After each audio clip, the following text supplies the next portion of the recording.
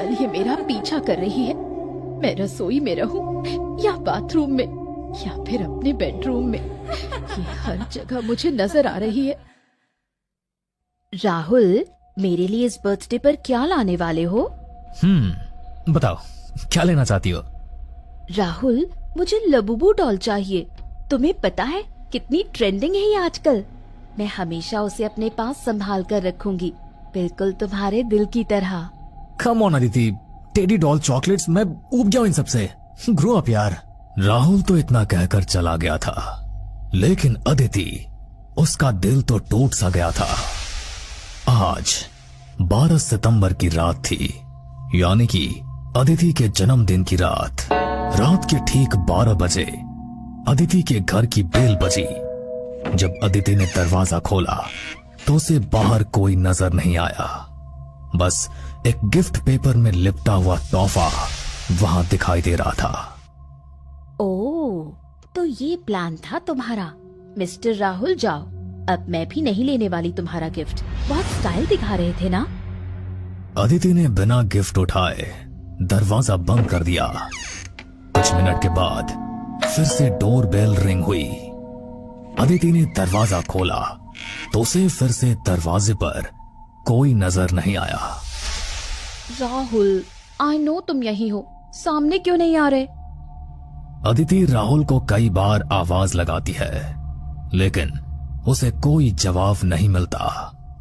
परेशान होकर वो गिफ्ट को लेकर अपने घर में आ जाती है। जल्दी जल्दी गिफ्ट की पैकिंग खोलकर देखती है तो सामने उसे एक लबूबू डॉल दिखाई देती है, जिसे देखकर अदिति खुशी से उछल पड़ती है। Wow wow wow, labubu doll, कितनी सुंदर है ये, super softy. I love you Rahul.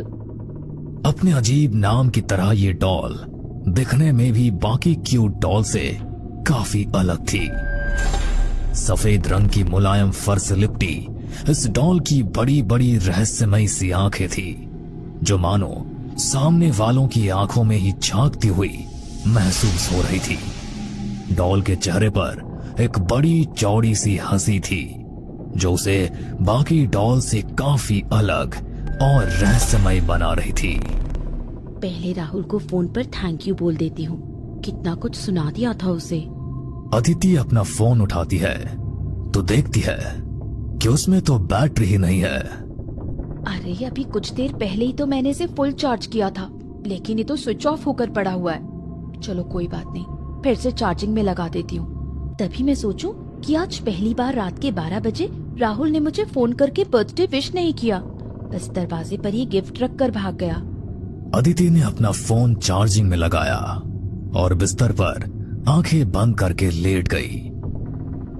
बार बार उस डॉल के बारे में सोचकर मानो उसके मन में गुदगुदी सी हो रही थी। अभी 15 मिनट ही हुए होंगे कि एक बार फिर डोर बेल की आवाज से अदिति की आंखें खुल जाती है। ये क्या तमाशा लगा रखा है राहुल ने? अरे, बार बार बेल बजाकर कहाँ गायब हो जाता है, सामने क्यों नहीं आ रहा? आधी रात को गुस्से में पांव पटकते हुए अदिति जाकर दरवाजा खोलती है तो सामने राहुल को खड़े हुए पाती है। मैं पहले से जानती थी ये सब तुम ही कर रहे हो। अब बाहर ही खड़े रहोगे या अंदर भी आओगे?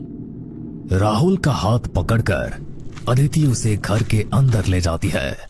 अच्छा, जिस काम के लिए आए हो वो तो कर लो पहले। अरे बाबा, अब मुझे बर्थडे विश भी कर दो। Happy birthday. तुम्हें अपना गिफ्ट कैसा लगा? बहुत बहुत अच्छा, थैंक यू सो मच। इतना कहकर अदिति राहुल के गले में बाहें डाल देती है। कॉफी पियोगे? हाँ, क्यों नहीं। अदिति किचन में जाकर कॉफी बनाने लगती है। तभी फ्रिज के डोर में उसे डॉल की रिफ्लेक्शन दिखाई देती है। अदिति चौंक कर पीछे मुड़कर देखती है तो उसे वहां राहुल खड़ा नजर आता है। अरे, डरा दिया तुमने। मुझे ऐसा लगा जैसे वो डॉल आकर मेरे पीछे खड़ी हुई है। गुड़िया नहीं, यहाँ सिर्फ मैं हूँ तुम्हारा गुड्डा, और तुम चाहो तो मेरे साथ खेल सकती हो। शट अप, क्या बकवास कर रहे हो तुम? चलो, मैं कॉफी लेकर अभी आई। अदिति चुपचाप कॉफी बना रही थी कि अचानक से उसके हाथ से दूध का बर्तन छूट जाता है। मैंने कहा था ना राहुल, मत करो मजाक। मुझे पता है ये तुम ही कर रहे हो। ऐसे बार बार डॉल को मेरे मुंह के सामने ला रहे हो। देखो गिर गया ना दूध। गुस्से में बड़बड़ाते हुए जैसी अदिति ने पीछे मुड़कर देखा तो उसकी आंखें हैरानी से खुली रह गई। वहां राहुल था ही नहीं, सिर्फ वो लबूबू डॉल किचन के शेल्फ पर रखी हुई दिखाई दे रही थी। ये कैसे हो सकता है? अचानक ये राहुल कहाँ गायब हो गया? लग रहा है आज मुझे परेशान करने की कसम खा रखी है इसने। अदिति एक बार फिर से कॉफी कप में निकालने लगती है, तभी उसे अपने चेहरे पर लबूबू डॉल का वो बाल वाला शरीर महसूस होता है। ऐसा लग रहा था जैसे डॉल उसके चेहरे से चिपकी हुई हो। राहुल, इनफ इज इनफ यार, इट्स इरिटेटिंग। अदिति ने एक बार फिर चाय की ट्रे एक हाथ में पकड़कर दूसरे हाथ से अपने चेहरे से उस डॉल को हटाना चाहा तो देखा कि उसके चेहरे पर कोई डॉल नहीं है और ना ही किचन में राहुल कहीं नजर आ रहा था। तभी एक बार फिर अदिति की नजर रसोई के फर्श पर जाती है, जहां दरवाजे के पास वही लबूबू डॉल पड़ी हुई मानो उसे ही देख रही थी। राहुल, मुझे नहीं पता ये तुम कैसे कर रहे हो, लेकिन मुझे इतना पता है कि सब तुम ही कर रहे हो बस। गुस्से में बड़बड़ाते हुए अदिति कॉफी की ट्रे लेकर बाहर हॉल तक आती है तो देखती है कि हॉल में कोई भी नहीं है। इससे पहले कि अदिति कुछ भी समझ पाती, एक बार फिर दरवाजे की घंटी बजती है। घबराते हुए अदिति दरवाजे तक जाती है और की होल में से बाहर झांकने की कोशिश करती है तो सामने उसे राहुल खड़ा हुआ नजर आता है। अब तो अदिति का सर चकरा रहा था। अभी 2 मिनट पहले ये रसोई में मेरे साथ था, 2 मिनट के अंदर ये बाहर कैसे चला गया? ये सब क्या हो रहा है? अदिति दरवाजा खोलती है तो राहुल उसे गले लगाकर बर्थडे विश करता है। अरे पहले से कॉफी बनाकर रखी है? मतलब तुम्हें पता था कि मैं आने वाला हूँ या फिर किसी और के स्वागत की तैयारी हो रही थी? बकवास मत करो राहुल, तुम्हारे कहने का मतलब क्या है? ये कॉफी मैंने तुम्हारे लिए ही बनाई है ना? और तुम पहले ये बताओ कि तुम बाहर कैसे गए? हाँ, अरे तुम्हारा दिमाग खराब है। बाहर गया का क्या मतलब है? अरे मैं तो अभी तुम्हारे सामने अंदर आ रहा हूँ ना। अरे तुम भांग खाकर बैठी हो क्या? और बातों को ना गोल गोल मत घुमाओ, सीधे सीधे बताओ ये आधी रात को 2 कप कॉफी तुमने बनाई किसके लिए है? राहुल, तुमने कसम खाई है ना आज मेरा बर्थडे स्पॉइल करने की। ठीक है, तुम मेरे बर्थडे पर मुझे खुश नहीं रहने दोगे ना? चले जाओ यहाँ से, मुझे तुमसे कोई बात ही नहीं करनी।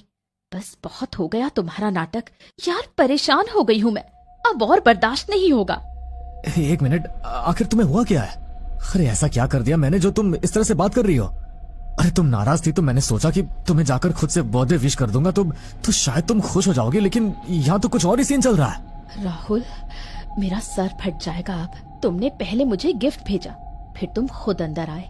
तुमने कहा मैं तुम्हारे लिए कॉफी बना दूं, फिर तुम उस डॉल से मुझे परेशान करने लगे और फिर अचानक कहीं गायब हो गए और पता नहीं कैसे फिर से अंदर आकर अब ये बहकी बहकी बातें कर रहे हो। ओके रिलैक्स, तुम परेशान मत हो। तुम शायद डर गई हो या कोई बुरा सपना देख लिया तुमने। ओके, अब कोई सवाल जवाब नहीं, तुम एकदम शांत हो जाओ। मैं आज रात को यहीं रुक जाता हूँ, तुम बिल्कुल सुकून से सो जाओ। अरे लेकिन मैंने बोला ना, बस अब कोई सवाल जवाब नहीं। अब जो भी बातें होंगी हम कल सुबह ही करेंगे, ठीक है? राहुल ने अदिति को बिस्तर पर लिटा दिया और उसके बालों को सहलाने लगा। अदिति की आंखें धीरे धीरे बंद हो रही थी। कब उसे गहरी नींद आई उसे पता भी नहीं चला। कुछ देर बाद एक अजीब सी शोर को सुनकर उसकी नींद टूट जाती है। अदिति ने देखा कि उसके कमरे की खिड़की खुली हुई है और सड़क पर 3-4 कुत्ते न जाने क्यों अजीब से स्वर में रो रहे हैं। अदिति ने नजर इधर उधर घुमाई। कमरे में राहुल कहीं नजर नहीं आ रहा था, लेकिन उसके तकिए के पास वही लबूबू डॉल पड़ी हुई थी जिसकी हंसी उसे अब कुछ बदली हुई महसूस हो रही थी, जैसे कोई गुस्से में जबरदस्ती मुस्कुरा रहा हो। राहुल फिर से न जाने कहाँ चला गया और ये मेरा फोन ये चार्जिंग पर लगा है, फिर भी ये ऑन होने का नाम ही नहीं ले रहा। अदिति बिस्तर से उठकर बाथरूम की ओर जाती है तो अचानक ही बाथरूम की लाइट्स बंद हो जाती है। ये लाइट को क्या हुआ? अदिति के इतना कहते ही एक बार फिर से बाथरूम की लाइट ऑन हो जाती है। हर 3 सेकंड बाद बाथरूम की लाइट ऑन ऑफ हो रही थी। तभी अदिति के कानों में किसी की हंसी गूंजती है, जैसे अदिति के साथ ये खेल खेल कर किसी को बहुत मजा आ रहा हो। ऐसा लग रहा है कि कोई जानबूझकर बाथरूम की लाइट ऑन ऑफ कर रहा है। ये सब राहुल कर रहा है क्या? अदिति को अब कुछ भी समझ में नहीं आ रहा था और हल्का हल्का डर भी महसूस हो रहा था। अदिति जल्दी से आकर वॉश बेसिन में हाथ धोने लगती है। तभी उसे सामने शीशे में अपने पीछे एक बार फिर से लबूबू डॉल दिखाई देती है, लेकिन अभी वो पहले की तरह मासूम और प्यारी नहीं लग रही थी। उसकी मुस्कुराहट के पीछे बड़े बड़े दांत और चेहरे पर जगह जगह खून भी लगा दिखाई दे रहा था। ये दृश्य देख अदिति के मुंह से चीख निकल जाती है और वो दौड़कर बाथरूम से बाहर आती है तो देखती है कि उसकी डॉल तो अभी भी बिस्तर पर ही रखी हुई है, लेकिन उसके चेहरे के पास वाकई ये खून का ताजा धब्बा दिखाई दे रहा था। मुझे लग रहा है मैं पागल हो जाऊंगी। ये सब क्या हो रहा है मेरे साथ? इस डॉल को तो अभी मैंने बाथरूम में देखा था ना, ये यहाँ कैसे आ गई? और अगर ये यहाँ है तो जो बाथरूम में था वो कौन था? अदिति ने महसूस किया बाहर रो रहे कुत्तों की आवाज भी अभी बंद हो गई है। वो धीरे से खिड़की के पास गई तो वहां का नजारा देखकर उसके होश उड़ गए। नीचे एक कुत्ता लहूलुहान हालत में पड़ा हुआ था। ये वही स्ट्रीट डॉग था जिसे अदिति रोज खाना खिलाती थी। हे भगवान, ये रात खत्म क्यों नहीं हो रही है? मैं क्या करूं? और ये डॉल, इसे तो मैं कभी अपने बिस्तर तक लाई ही नहीं। मेरी ये यहाँ कैसे? ओह माय गॉड, मैंने तो ये बात नोट ही नहीं करी कि जब से ये डॉल आई है हर पल ये मेरा पीछा कर रही है। मैं रसोई में रहूं या बाथरूम में या फिर अपने बेडरूम में, ये हर जगह मुझे नजर आ रही है। और राहुल, वो अचानक मेरे कमरे से गायब कैसे हो गया? ये ख्याल मन में आते ही अदिति दौड़कर अपने मेन गेट की तरफ जाती है तो देखती है कि दरवाजा तो अंदर से ही बंद है। एक बार फिर अदिति के कानों में एक दबी दबी सी शैतानी हंसी गूंजने लगती है और ड्राइंग रूम की कांच की टेबल के ऊपर उसे फिर से वही लबूबू डॉल बैठी हुई नजर आती है। कुछ तो है यहाँ। दरवाजा अंदर से बंद है, इसका मतलब राहुल बाहर नहीं गया। अगर वो बाहर नहीं गया तो आखिर गया कहाँ? एकाएक घड़ी के कांटे सुबह के 5 बजाते हैं और उसी के साथ एक बार फिर उसकी डोरबेल बजने लगती है। अदिति कांपते हाथों से की होल से झांकती है। सामने उसे राहुल खड़ा हुआ नजर आ रहा था। ये सब क्या हो रहा है मेरे साथ? बंद दरवाजे के उस पार राहुल आखिर गया तो गया कैसे? मेरे फ्लैट से निकलने का तो कोई और रास्ता भी नहीं है। बाहर खड़ा हुआ राहुल लगातार अदिति को आवाजें लगा रहा था और दरवाजा खोलने के लिए बोल रहा था। तभी अदिति को अपने फोन की रिंग सुनाई देती है। अदिति दौड़कर अपना फोन उठाती है तो फोन पर राहुल का ही कॉल था। अरे दरवाजा खोलो यार, क्या हुआ? हो कहां तुम? कल रात से इतनी बार तुम्हें फोन मिलाया, तुम फोन ही नहीं उठा रही थी। अदिति जाकर दरवाजा खोल देती है। सामने राहुल बहुत परेशान दिखाई दे रहा था।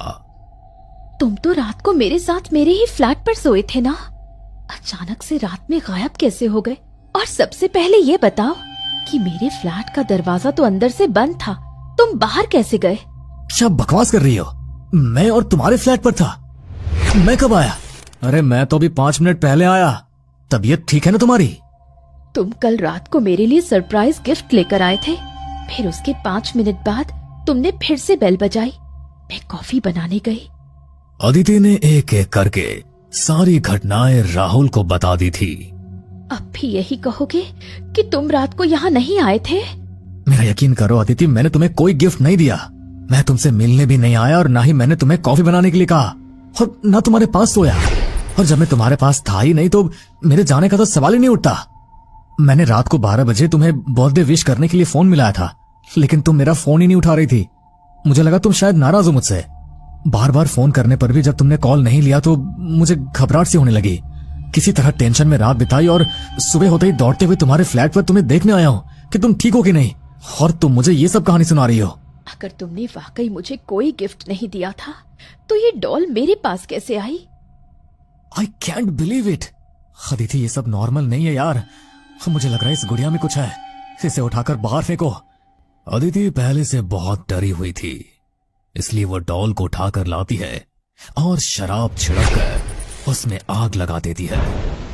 अदिति को काफी राहत महसूस हो रही थी। डॉल को जलाने के बाद अदिति के साथ अब कोई भी मनहूस घटना नहीं घट रही थी। पूरा दिन बहुत शांति से बीत गया था। उसी रात अचानक राहुल को अपने कमरे में वही शैतानी हंसी सुनाई देती है। राहुल चौंक कर इधर उधर देखता है, लेकिन उसे वहां कोई नजर नहीं आता। कुछ देर बाद उसके कमरे के दरवाजे पर आहट होती है। वो उठाकर दरवाजा खोलता है तो सामने उसे वही लबूबू डॉल दिखाई देती है जिसे उन्होंने जला दिया था। शायद डॉल ने अपना नया शिकार तलाश लिया था। क्या आपके पास भी है